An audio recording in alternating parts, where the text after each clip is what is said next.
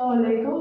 तो आज हमारा समर कैंप का डे 15 है और कल मैंने एक्सप्लेन किया था कि कंजंक्शन क्या होता है, कि कंजंक्शन दो सेंटेंस को जोड़ता है। तो आज हम उसके कुछ पॉपुलर कंजंक्शन से उसको एक्सप्लेन करेंगे, जिससे आपको समझने में आसानी और किस तरीके से इस्तेमाल होते हैं। वैसे पॉपुलर कंजंक्शन में बहुत सारे वर्ड्स आते हैं, बट फिलहाल के लिए मैंने 20 वर्ड्स लिखे हैं क्योंकि हम इसका सेंटेंस बनाएंगे। और ये करने से पहले मैं याद दिलाती हूँ कि कल जब हमने क्लास किया था तो हमने एक्रोनिम पढ़ा था।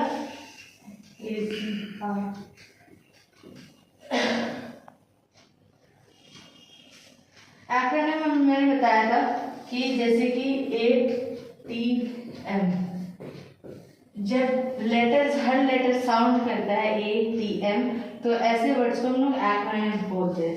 पर ये जो आपका कंजंक्शन करता है FANBOYS, ये जो मैंने फैन वर्ड इसलिए बोला था, जिससे क्या है ना कि हम ATM बहुत छोटा सा वर्ड है तो हमें याद रह जाएगा, बट ये बहुत ज़्यादा लंबा है तो हम ना बहुत टाइम ऐसा होता है कि हम भूल जाते हैं कि FANBOYS। तो मैंने फैन वर्ड इसलिए बोल दिया था जिससे आपको याद करने में आसानी हो। पर जब एक्रोनिम वर्ड है तो इसमें जब आप बोलेंगे तो इसको हर लेटर को आप मेंशन करेंगे, FANBOYS, इस तरीके से।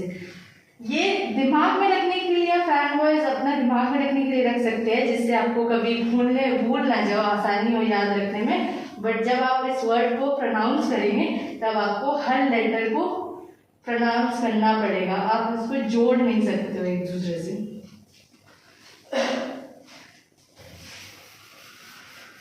तो आइए हम कंजंक्शन का पॉपुलर कंजंक्शन में वर्ड्स है हमारा above, actually, also, and, another, as soon as, at last, because, before, below, beside, briefly, but, consequently, equally, finally, first, further. यहाँ फर्दर दो बार इसलिए मैंने लिखा है क्योंकि ये दोनों फर्दर का मतलब अलग होता है, सेंटेंस के साथ साथ मीनिंग भी बदल जाता है। तो ग्रेजुअली, हेंस एंड हाउएवर। मैंने जैसे कि बताया कि पॉपुलर कंजंक्शन में कम से कम बहुत सारे वर्ड्स होते हैं, बट हमने 20 इसलिए लिखा है जिससे हम उसका सेंटेंस बना सके। और आपको मैं हिंदी में भी बताऊंगी कि उसका मतलब क्या है, जिससे आप इन फ्यूचर जब ऐसे वर्ड्स यूज करें तो आपको मालूम हो कि उसका मतलब क्या है। तो हमारा फर्स्ट पॉपुलर कंजंक्शन है above।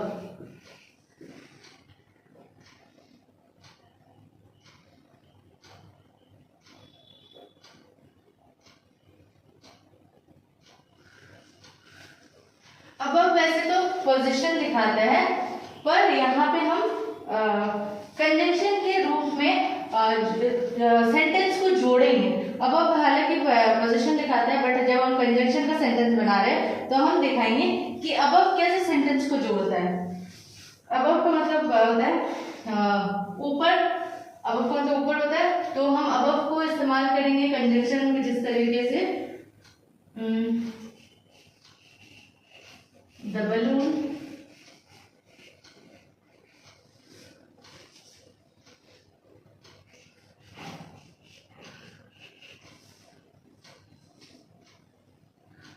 up and this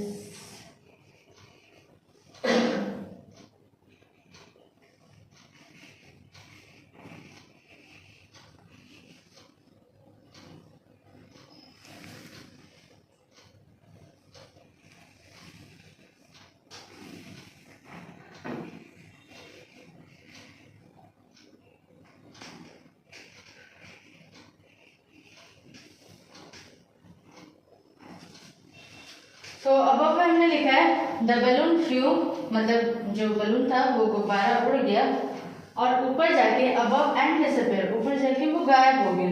तो अबव भी क्या किया, ये तो हमारा एक सेंटेंस हो गया कि गुब्बारा उड़ गया, और एंड डिसअपीयर जो हो गया हमारा दूसरा सेंटेंस हो गया कि वो गायब हो गया।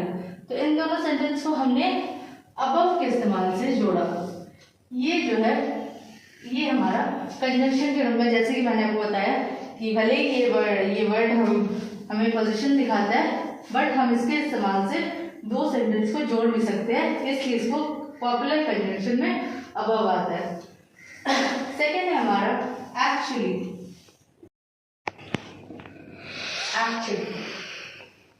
एक्चुअली क्या होता है? बात को स्पष्ट मतलब एकदम करेक्ट बताने के लिए, तो हम इसका इस्तेमाल करेंगे actually I wanted to call you yesterday.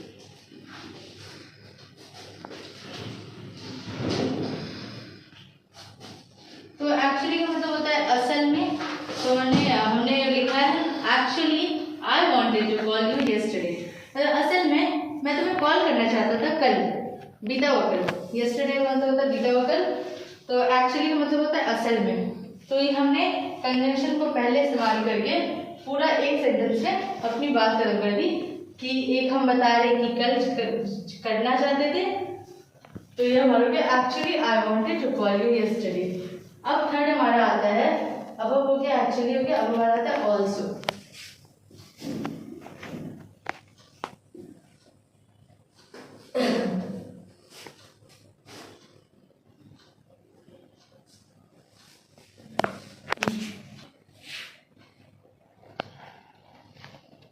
तो हमारा हो गया ऑल्सो। ऑल्सो मतलब क्या होता है कि भी को बोलते हैं जब हम दो सेंटेंस बोलते हैं ना, जैसे कि हमारा सेंटेंस है she is a good singer. ये हमने लिखा एक सेंटेंस है हमारा she is a good singer, मतलब वो अच्छी गायिका है, तो ऑल्सो का हम इस्तेमाल करेंगे and also a great dancer.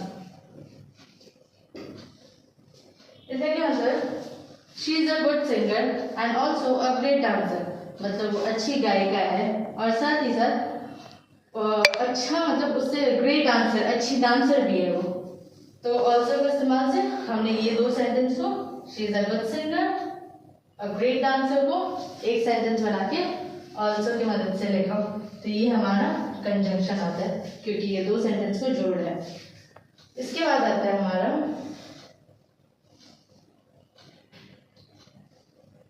And. And क्या है? एंड और। तो एंड का सेंटेंस होगा आई बॉट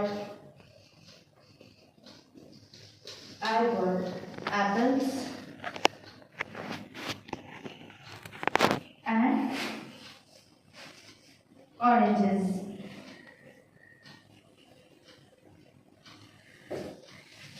तो उसने बताया I bought apples and oranges, मतलब मैंने सेब खरीदा और संतरे खरीदे। तो और जो है वो एंड है, वो हमारा कंजंक्शन है, दो सेंटेंस को जोड़ा है, दो चीज़ों को जोड़ा है। हमने बताया था कि कंजंक्शन का मतलब ये होता है एक से ज़्यादा वर्ड्स को जोड़ना, दो वर्ड्स को जोड़ना, दो सेंटेंस को जोड़ना। तो यहाँ पे हम एप्पल और ऑरेंजेस ये दो वर्ड है, इसको जोड़ रहे हैं, तो ये हमारा आगे कंजंक्शन है। इसके बाद आता है अनदर। अनदर का मतलब क्या होता है? एक और को बोलते हैं। तो हम अनदर का सेंटेंस बनाते हैं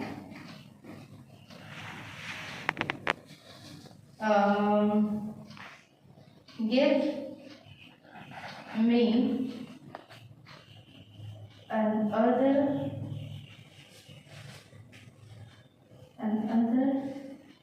chance। अनदर का हम करें give me another chance. Give me एक हो गया कि मुझे दो, चांस हो गया मौका, तो इन दोनों को हम जोड़े अनदर के जरिए, मतलब एक और। तो एक और ये वर्ड दूसरे वर्ड्स को पिछले सेंटेंस से जोड़ दिया, तो ये हमारा कंजंक्शन हो गया। इसके बाद आता है as soon as।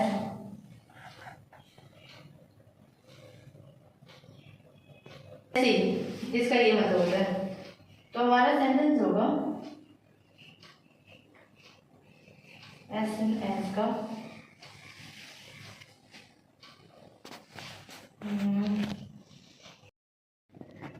call me as soon as you reach home। तो हमारा वर्ड का कंजंक्शन का as soon as, और as soon as का मतलब होता है जैसे ही। तो हमारा सेंटेंस हो रहा है call me as soon as you reach home, मतलब मुझे कॉल करना जैसे ही तुम घर पहुंच जाओ। तो ये हो गया हमारा as soon as। कॉल मी एक सेंटेंस हो गया, एक सेंटेंस हो गया कॉल मी, एक सेंटेंस हो गया यू रीच होम, इसको जोड़ रहा है और as soon as। तो ये हमारा कंजंक्शन हो गया। अब आता है एट लास्ट। इसमें और जगह नहीं है, इसको एडजस्ट कर देते हैं। ये चाहिए जिससे आप उसे कॉपी कर सको, और इसके बाद एट लास्ट करते हैं।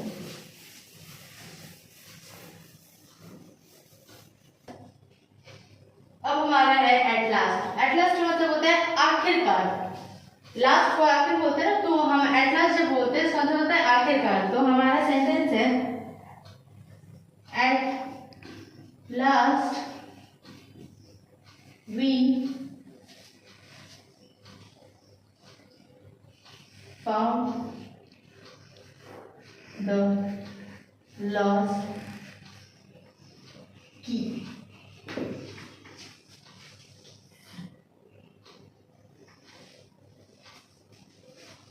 At last we found the lost key। found का मतलब होता है मिल जाना, lost का मतलब होता है खोई हुई। तो यहाँ पे है at last, आखिरकार we found the lost keys, मतलब आखिरकार हमें वो चाबी जो खो गई थी वो मिल गई। तो ये हो गया। अब आता है बिकॉज। बिकॉज का क्या मतलब होता है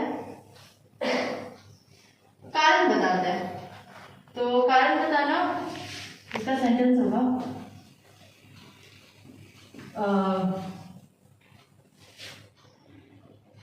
I stayed home।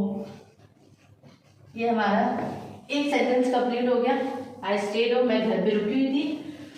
अब हम कारण बताते हुए because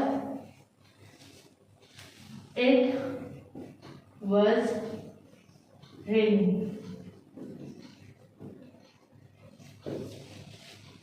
तो हमने बिकॉज का इस्तेमाल किया, ये हमारा कंजंक्शन हो गया।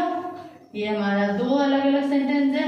अगर हम दो सेंटेंस बोलते I stayed home it was raining, तो ये रॉन्ग हो जाता। तो हमने इस्तेमाल किया बिकॉज, और इसका एक सेंटेंस बना दिया कि मैं घर पे रुकी हुई थी क्योंकि इट वाज रेनिंग, वहाँ पे बारिश हो रही थी। तो ये क्योंकि ये कारण बताता है। अब हमारा आता है बिफोर। बिफोर का मतलब होता है पहले। तो हमारा सेंटेंस होगा finish your homework. Finish your homework before dinner.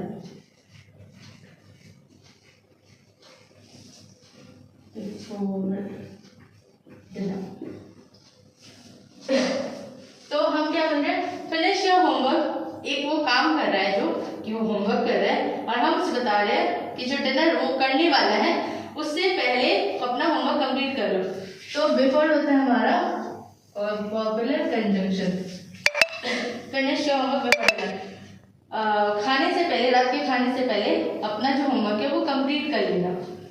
हो गया हमारा बिफोर। अब आता है बिलो। बिलो वैसे तो बताते हैं उसके नीचे, पर हम यहाँ पे कंजंक्शन कर रहे हैं, मतलब दो सेंटेंस को जोड़ रहे हैं, तो हम कुछ इस तरह लिखेंगे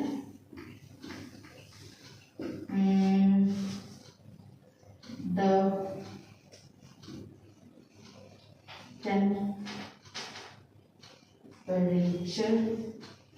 temperature drop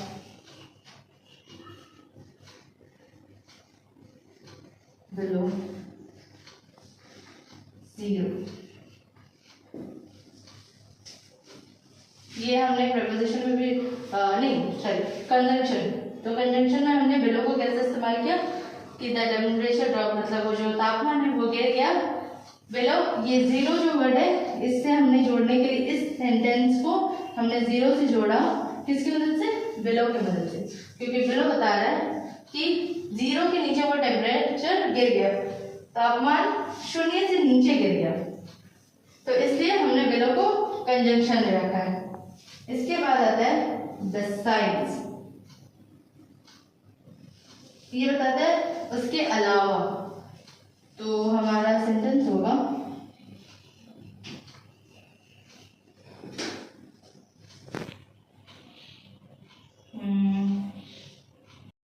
besides English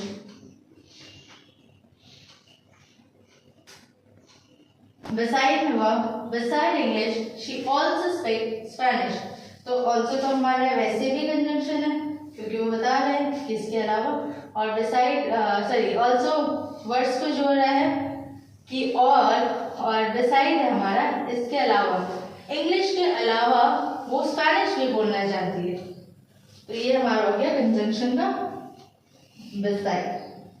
इसके बाद क्या आता है ब्रीफली, ब्रीफली का मतलब होता है संक्षिप्त रूप में, मतलब कोई छोटी या मुख्य बात बताने के लिए, तो इसका हमारा सेंटेंस हो रहा है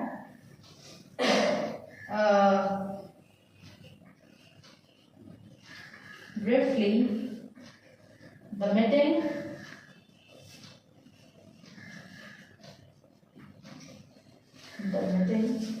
was about the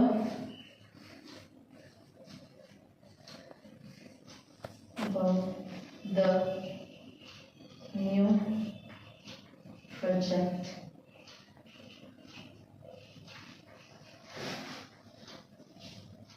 तो ब्रीफली का मतलब संक्षिप्त, मतलब कोई मुख्य बात करने या छोटी सी बात करने के लिए, तो हमने लिखा है sentence briefly the meeting was about the new project. इसका मतलब है संक्षिप्त रूप में मीटिंग नए प्रोजेक्ट के बारे में थी, मीटिंग और नए प्रोजेक्ट इन दोनों के लिए ब्रीफली, ये हो गया हमारा कंजंक्शन। इसके बाद क्या आता है बट है हमारा लेकिन, हम जब किसी बात को बताते हैं और उसके आगे हम बोलते हैं लेकिन, तो बट वहां हमारा इस्तेमाल होता है, तो यहाँ पे हमारा सेंटेंस होगा I wanted to go out, I wanted to go out, ये हमारा एक सेंटेंस हो गया कि मैं बाहर जाना चाहती हूँ, मतलब चाहती थी, क्योंकि वांटेड है मतलब पीछे बीती हुई बात बता रहा है। I wanted to go out but it started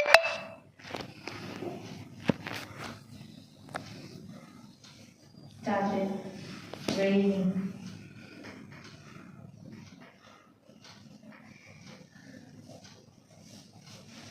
तो हमारा लेकिन था but I wanted to go out, मैं बाहर जाना चाहती थी, बट इट स्टार्टेड रेनिंग, पर वहां पे बारिश शुरू हो गई, तो ये हमारा बट हो गया। अब इसके बाद आता है कॉन्सिक्वेंटली। कॉन्सिक्वेंटली का मतलब होता है कॉन्सिक्वेंसेस हम बोलते हैं ना हर कभी बात में कि रेडी फॉर द कॉन्सिक्वेंस, नतीजे के लिए तैयार रहना, तो वही कॉन्सिक्वेंटली का मतलब होता है नतीजा या इसलिए, ये होता है हमारा कॉन्सिक्वेंटली।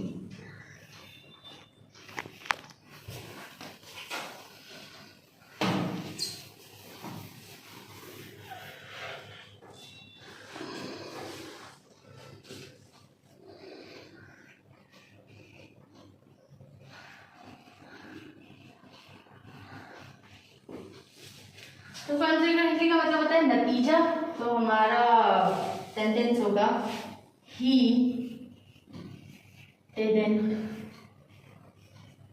वैसे डिडंट वगैरह जो होता है वो शॉर्ट होता है, एक्चुअली इसका मतलब डिड नॉट ही होता है। तो डिडंट स्टडी। तो हमारा एक सेंटेंस में डिडंट स्टडी मतलब वो नहीं पढ़ रहा था। और उसके बाद हम इस्तेमाल करेंगे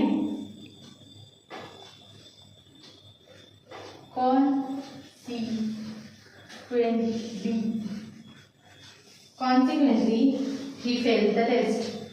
He failed the test मतलब क्या है कि उसे पढ़ाई नहीं की, इसलिए जैसे कि हम कॉन्सिक्वेंटली नतीजा बता रहे हैं तो हिंदी में हमारा ट्रांसलेशन में आएगा, इसलिए वो जो टेस्ट था उसमें वो फेल हो गया। तो इस तरीके से ये दो सेंटेंस को जोड़ा है, तो ये हमारा होगा कंजंक्शन। इक्वल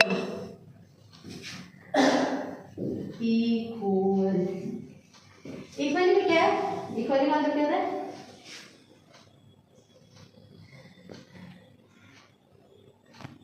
इक्वली का मतलब होता है बराबर, बराबरी करना, समानता जो बोलते हैं ना। तो हमारा सेंटेंस होगा the price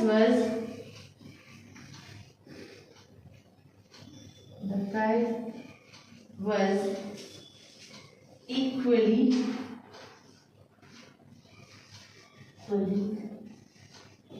divided among the मतलब होता है बीच में वैसे the winners। तो हमारा क्या है कि जो इनाम the price was equally divided among the winners.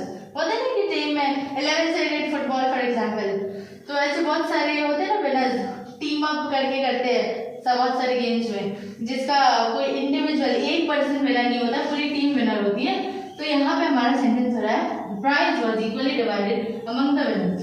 जो जीते थे उन सबको एक सामान्य तरीके से उनपे वो जो प्राइज है वो तस्लीम कर दिए थे, सबको दे दिया गया था। इसके बाद आता है हमारा फाइनली। फाइनली को क्या मतलब होता है, आखिर में, फाइनली आखिर में। तो हमारा सेंटेंस होगा फाइनली we reached our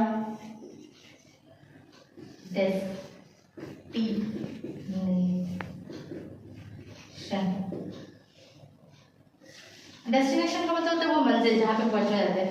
क्या है फाइनली हमारा है आखिरकार, तो इसमें है finally we reached our destination. आखिरकार हम अपने डेस्टिनेशन में पहुंच गए, मतलब आखिर में, सॉरी आखिरकार तो एट लास्ट आता है, फाइनली होता है आखिर में।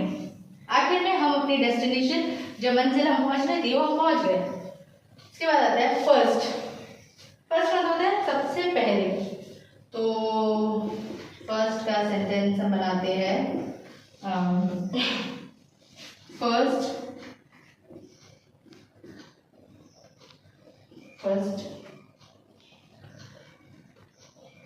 we need to finish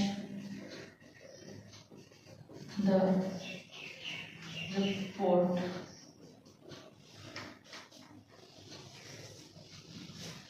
तो हमारा सेंटेंस है first we need to finish the report, मतलब सबसे पहले हमें ये जो रिपोर्ट है ये कंप्लीट करना चाहिए, फिनिश खत्म करना चाहिए।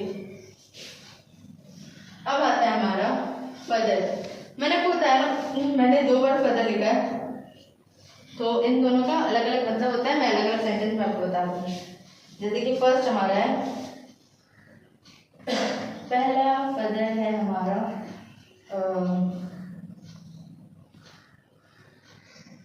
सब एक है आगे और कल के लिए हम इस्तेमाल करेंगे, और एक हम इस्तेमाल करेंगे इसके अलावा। ठीक है, ये 2 फर्दर का हम 2 अलग अलग इस्तेमाल करेंगे, एक इसके अलावा एक आगे चल कर। तो हमारा है वी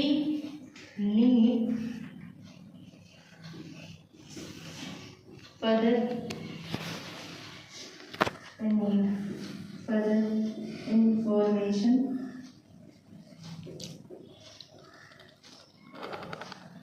to decide. तो और होता है ना, और में हम इस्तेमाल फर्दर का करेंगे। एडवांस इंग्लिश में भी आता है, इसका मतलब बट वो सिंपल ही होता है और। तो हमने यहाँ पे लिखा है फर्दर इन्फॉर्मेशन टू डिसाइड, हमें और इन्फॉर्मेशन और जानकारी चाहिए इस चीज को डिसाइड करने के लिए। ये हमारा एक फर्दर हो गया। दूसरा फर्दर है हमारा, अब हम एज अ ट्रांजिशन बता रहे हैं, ठीक है। आगे चलते further the results were not satisfying।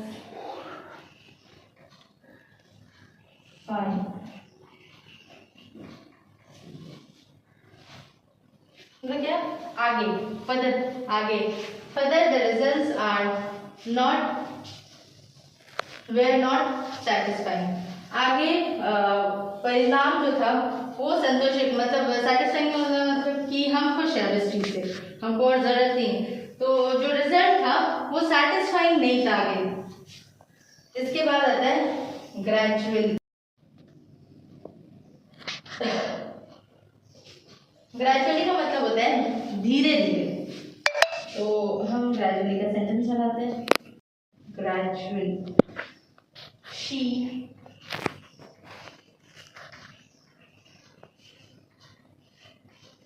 gradually improved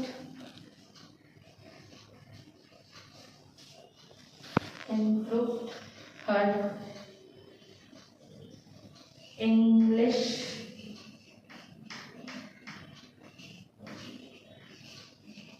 skills। तो ग्रेजुअली का मतलब होता है धीरे धीरे। She gradually improved her English skills, मतलब उस लड़की ने धीरे धीरे अपने इंग्लिश स्किल को इम्प्रूव मतलब अच्छा बना दिया। धीरे धीरे इंग्लिश सुधारी, इम्प्रूव मतलब सुधारना होता है वैसे। अब हमारा लास्ट वर्ड है दो, हेंस और however.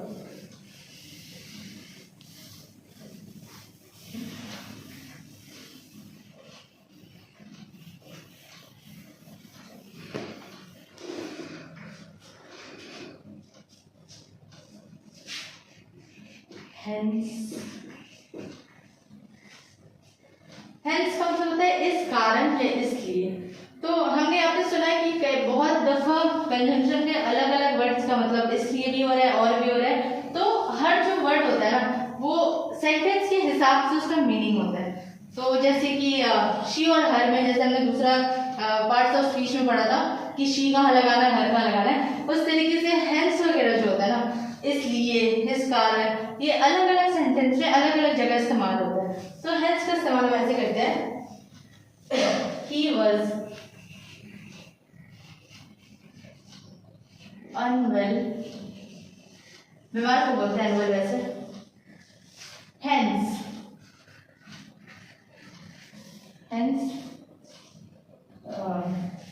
he didn't come to school। He didn't come to school। वो बीमार था इसलिए स्कूल नहीं आया। He was unwell, hence he didn't come to school। ये हमारा एक करेक्ट सेंटेंस है। दो सेंटेंस को हमने कंजंक्शन के मदद से जोड़कर एक सेंटेंस बनाकर बोला कि वो बीमार था इसलिए वो स्कूल नहीं आ पाया। अब हमारा आता है however। however क्या होता है, लेकिन और फिर भी। इसका मतलब होता है however का मतलब होता है फिर भी या लेकिन। तो इसका हमारा सेंटेंस होगा however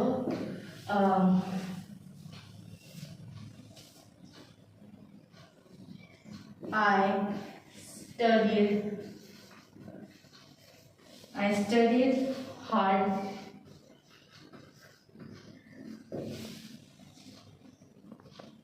However, I didn't pass the exam. I didn't pass the exam. ऐसा तो क्या है, मैंने मेहनत से पढ़ाई की लेकिन फिर भी मैं एग्जाम में पास नहीं हो पाया। तो लेकिन, तो हमने इस्तेमाल किया लेकिन, तो ये हो गया हमारा conjunction. However, I studied hard. मैंने बहुत मेहनत की, मैंने मेहनत से पढ़ाई की, लेकिन I didn't pass the exam, पर लेकिन मैं एग्जाम पास नहीं कर पाया। तो ये हमारे हो गए सारे पॉपुलर कंजंक्शंस के कुछ वर्ड जिसके हमने सेंटेंस बताए। होपफुली आप समझ गए होंगे कंजंक्शन को, क्योंकि 2 दिन में मैंने बहुत अच्छे से पॉपुलर कंजंक्शन का एक वर्ड सेंटेंस बनाकर और इससे पहले कंजंक्शन का पूरा मतलब सेंटेंस 2 एग्जाम्पल दे देकर समझाया। तो आज के लिए बस इतना ही। Thank you so much. इंशाल्लाह फिर मुलाकात।